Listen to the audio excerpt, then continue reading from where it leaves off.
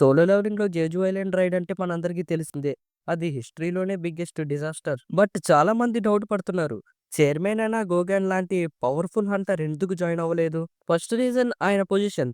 గోగెన్ Korean hunter అసోసియేషన్‌కి chairman. Battle ఫీల్డ్‌లో fight చేయడం కాదు, కంట్రీని ప్రొటెక్ట్ చేయడం, హంటర్స్‌ని ఆర్గనైజ్ చేయడం, ఇంకా కోఆర్డినేషన్ మెయింటైన్ చేయడం ఆయన ప్రెజెన్స్ లీడర్‌షిప్ కోసం క్రూషియల్‌గా ఉంది. సెకండ్ రీజన్ ఆయన హెల్త్ కండిషన్. ఆయన ఓల్డ్ ఏజ్‌లో ఉన్నారు. ప్లస్ రూల్స్, పవర్స్ విజన్‌లో ఉన్న టైంలో ఆయన బాడీ డ్యామేజ్ అయ్యింది. సోలో లెవెలింగ్ వీక్ ప్రకారం ఆయన డిక్లైనింగ్ హెల్త్ వల్ల ఇంటెన్స్ బ్యాటిల్‌లో ఫైట్ చేయడం ఇంపాసిబుల్ అయింది. Third reason trust on S rank hunters. గోగాన్‌కి కంప్లీట్‌లీ కాన్ఫిడెన్స్ ఉంది. బెహెన్‌గో అండ్ చాహిన్ అదర్ ఎస్ ర్యాంక్ హంటర్స్ మీద వాళ్ళు జేజు ఐలాండ్‌లో జాబ్ ఫినిష్ చేస్తారని నమ్మకంతో ఆయన కామన్ రీమెన్ అయ్యారు. Fourth reason strategic important.